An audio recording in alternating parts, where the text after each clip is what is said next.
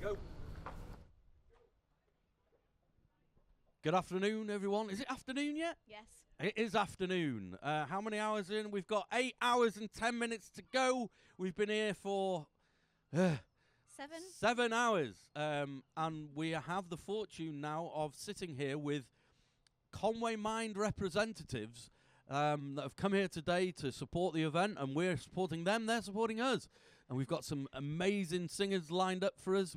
Have people over the past 7 hours coming in and chatting to us on the live stream. It's all wonderful and the sun's shining, and we couldn't be in a better place, really.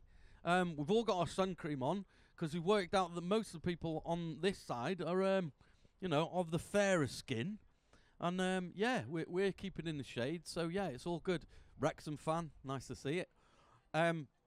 Who we got here, Vic? So we have Mind. I'm going to let them introduce themselves, really. Yeah. But, so here we go. I'm going to pass the mic. Thank you very much. So I'm Paul. I've worked at Conwy Mind for 6 months or so. I'm running a new project in the community, which plug already.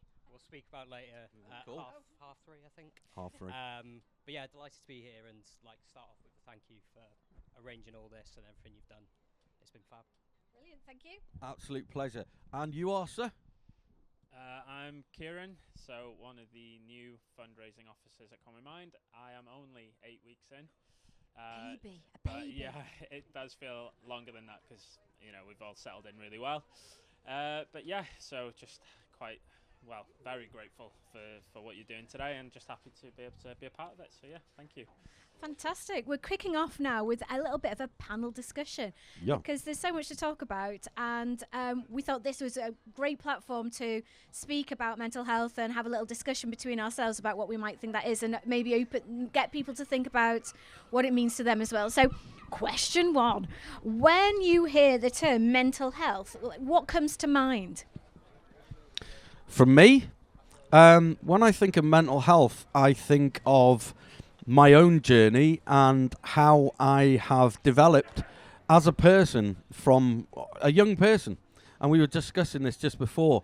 It was only in sort of my mid-30s, sort of about 2015, where I snapped.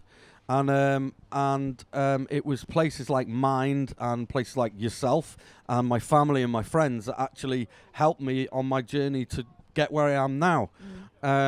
And I think the more I've talked about it to people and the more I've discussed it with colleagues and friends and people, in my community, mental health is it used to be like, oh, that's a bit odd, that's a bit weird. And now it's just like a more of an interesting thing than something that's a bit taboo.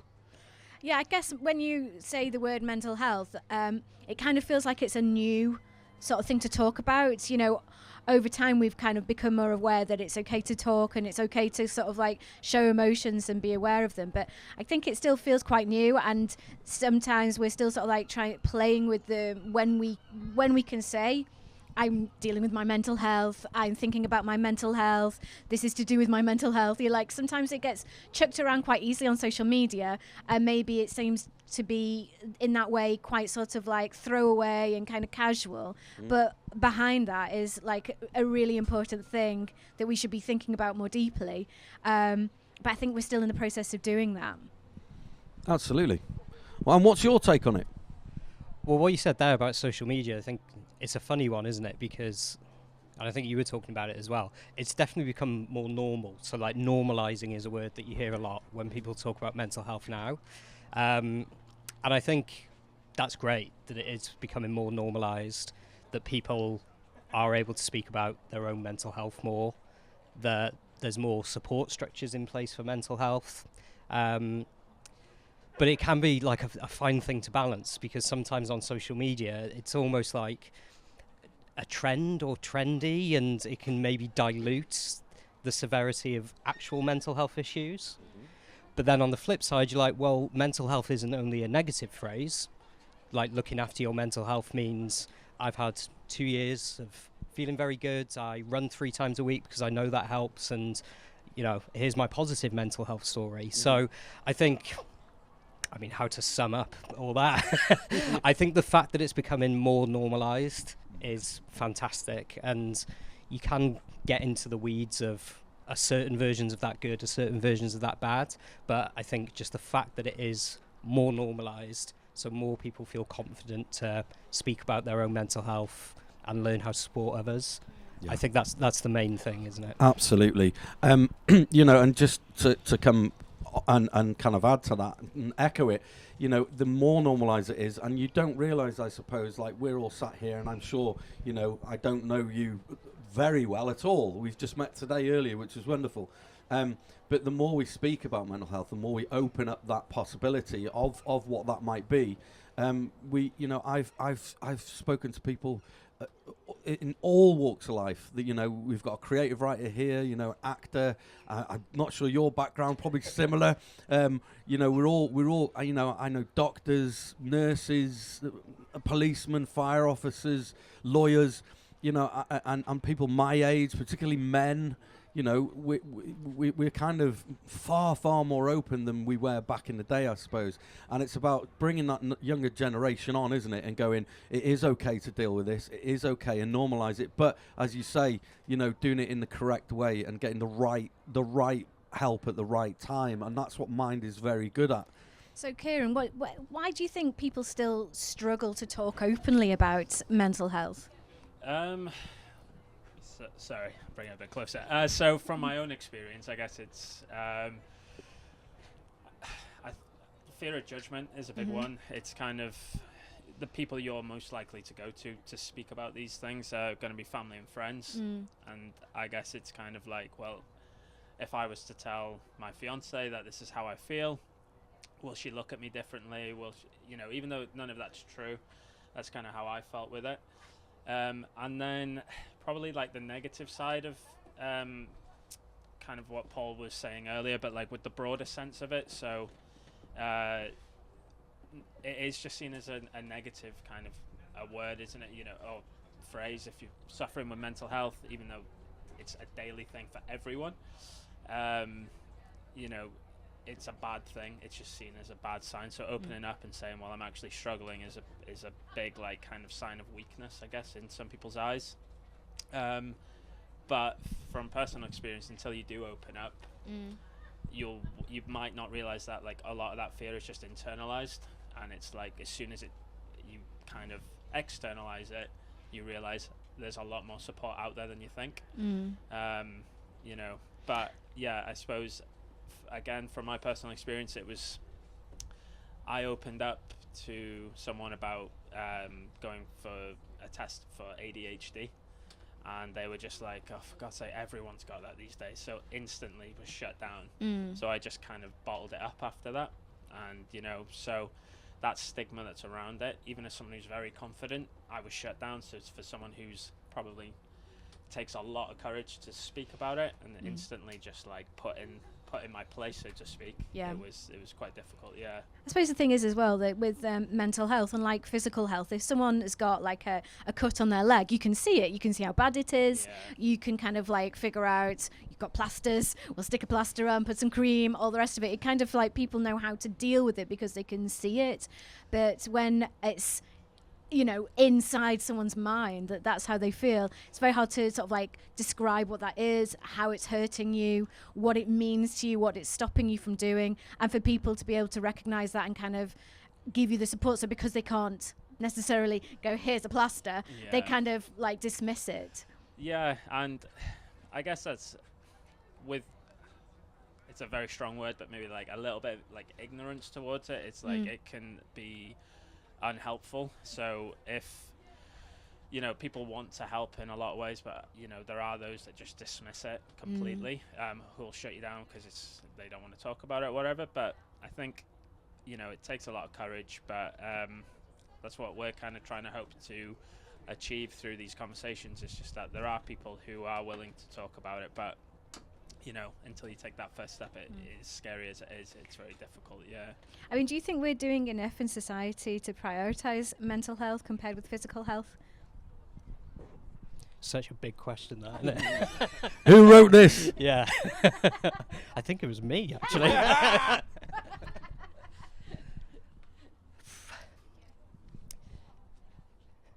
I think the answer probably has to be no, because if the answer was yes, we wouldn't need to be sat here doing this. Yeah.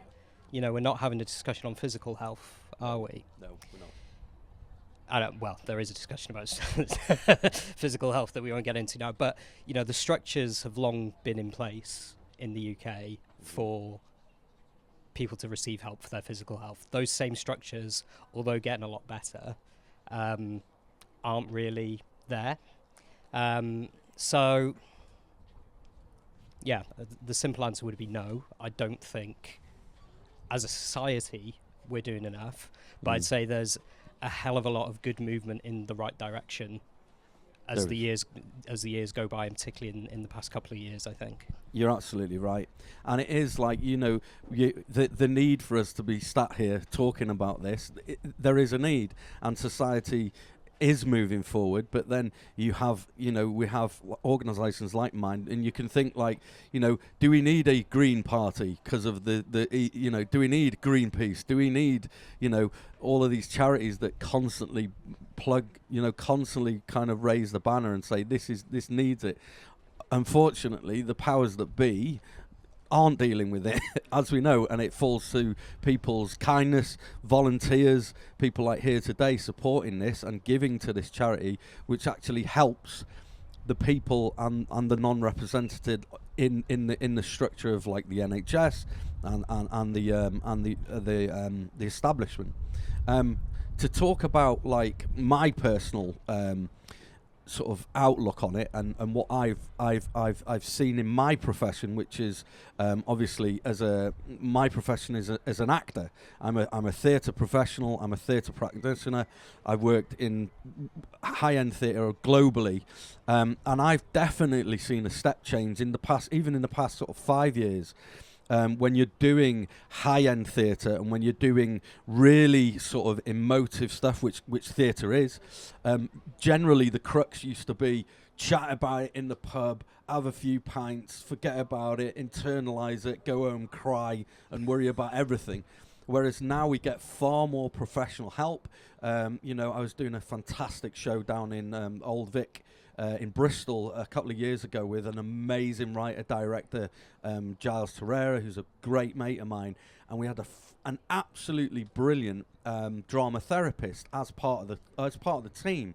Now, 10 years ago, 15 years ago, you know, when I started out in my career 20 years ago, you'd never have that. That wouldn't be it. But no, you're dealing with such high-end emotions and things that are triggering things within you, that to have that person in the room, to have Sam there, she's incredible dramaturg and drama therapist, just to have that sounding board at the end of the day or for an hour at the end of the week really made a difference. And that's, I suppose, from my point of professional review, having that in the room, seeing that is a brilliant step forward. And I would hope that that we can see that in more professions. So, I mean, like, as an actor, you know, as you say, the old school way of doing things was have a few drinks, have a really late night, smoke some fags, go to bed, do it all again in the morning and forget about it. We don't do that as much anymore. I think actors are pretty like... Water, bottles of water. Lots of water, what are you doing? What's going on? But, I mean, now, you know, we try and do things for our mental health, don't we? I know that during lockdown, I'd never run since I was at school. Really hated running at school, but I took it up during lockdown as a way of helping with my mental health, because it felt like it was a time where I had control over what I did. It was just about me. I could forget about things. I could literally run away. You know, and you came back though. Keeps coming back, guys. I came back. You know, so we came back. But it felt like it was something I could work on. You know, I am still never going to win a race, but I feel like I've got goals, I've got ambitions that I do just personally for me. I'm not somebody that's posting their times and pictures of Strava all over the internet, but I have things that I'm trying to work on, and just having something that I'm in control of really helps. And as someone who works in a profession which is all about, you know, it being the best, I am actually very bad at running, but it's imperfect, and it allows me to do something that I know I don't have to be the best at. You know, it's just something that's fun and it's for me. And it'd be great to hear, what do you do, Kieran? What do you do to help your mental health? So kind of that segues very nicely. And yeah, a lot of just fitness activities, basically. Yeah, hiking. Going back to COVID, as much as we try and put that behind us, it did change a lot of people's lives in a lot of ways. For me, hiking became a huge part of it once we first came out of the restrictions. There's something quite cathartic, I want to say quite cathartic, very cathartic about just being stood on the highest point of Wales and just kind of looking down. Kind of helps you to kind of, you know, just really know how you feel. Joining the gym, because the question prior to that, I've got some strong opinions on. So, you know, I feel like the two could come hand in hand and could be prioritised together better by the whole government. But, you know, that's a rabbit hole we won't go down. But yeah, basically the gym, any sort of fitness. Again, I hate running, so you know I don't do that as much as that's like the go-to one. But yeah, anything sort of just like keeps me active. And then just makes me feel a lot better. You know, everything it does, it just makes it a bit easier, if that makes sense. Yeah. For me, I was just thinking as you were all talking, like sometimes I don't know what to do to help my mental health. So I know, kind of similar, I do run, I am conscious about speaking to my partner or my family or whoever it might be when I'm like, just had a crap day in work, or I can, you know, you can just smell the stress coming on a bit stronger. But there are some days where I'm just like, I just feel rubbish today, and it feels like if I just go for a run, it almost doesn't justify like the level of feeling that I've got, that just a run can fix it, if you know what I mean. So sometimes I'm just find myself tempted to be like, I'm just feeling not good, and I don't really know what the solution is. And so, you know what, I am just going to sit in and watch the telly and kind of just feel a bit crap and just feel those emotions a little bit. And it's funny, that can help sometimes, I think. Because I know you weren't explicitly saying this, but I think we can have a tendency, particularly with the social media stuff that we mentioned earlier, to just go, well, what's the quick fix? What do the influencers do? Oh, I should go for a run, or I should do this, or have a conversation. And not all things work for all people.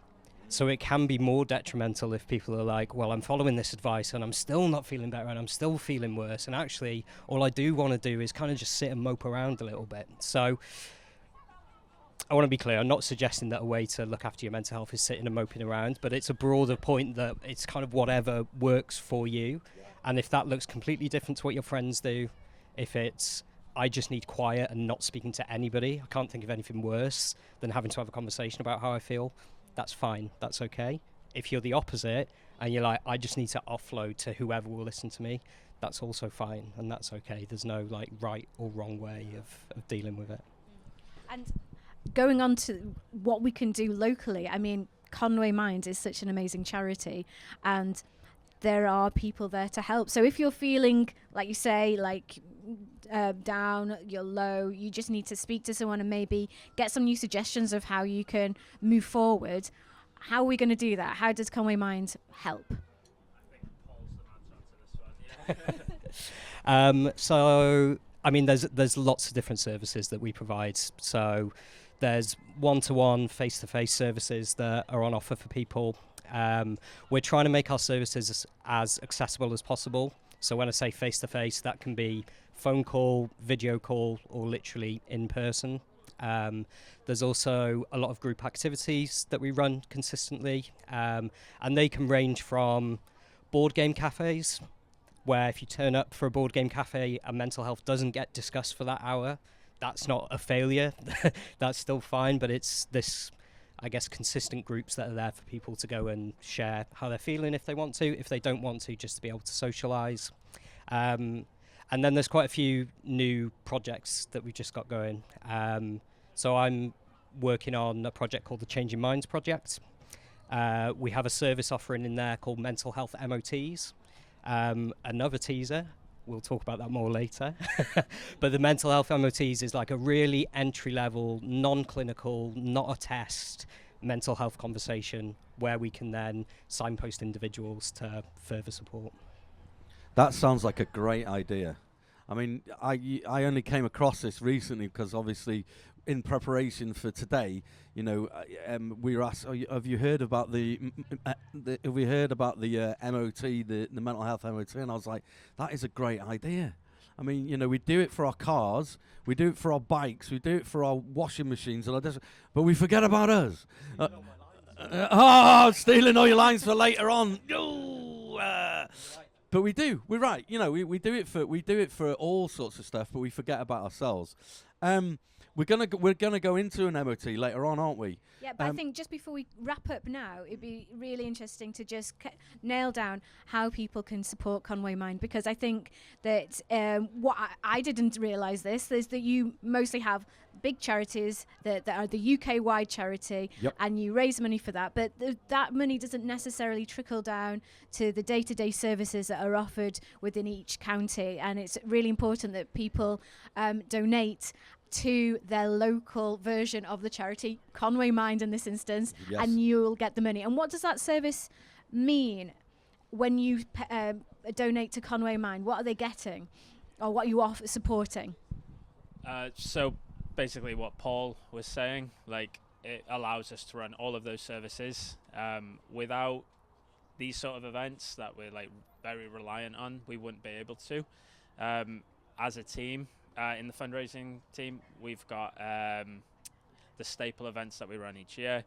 So the big one we've got coming next month, June 8th in Colwyn Bay, is the Seal Splash, which is going to be like a cold water dip, but it's more of like a wellness day now. So we're going to have like Indian head massage, yoga, some stuff for the kids, all that sort of stuff, raffle. It's going to be a big day event, but you know, all of that money then goes back into providing these services, you know. So without you guys, without what we're doing, without everyone in our community, we just wouldn't be able to provide it. So that distinction between Mind, which are amazing as well, but we just need people to realize that as much as we have the branding, we're not Mind, National Mind, we are Conwy Mind. So making sure that money comes back to us so it stays within our community is vitally important. So excellent. Well, that about wraps it up for now. We'll be back, as you say, with a little teaser coming soon. We are, and we're going to move on to some more music, because we've got some very interesting people. We've got and the guy on the Harley. Look at that! Give us a wave or something. No. Or he's going to just test his brakes in front of everyone. But anyway, we'll be back very soon with Conwy Sea Dogs. We will with Conwy Sea Dogs in a minute. Thank you.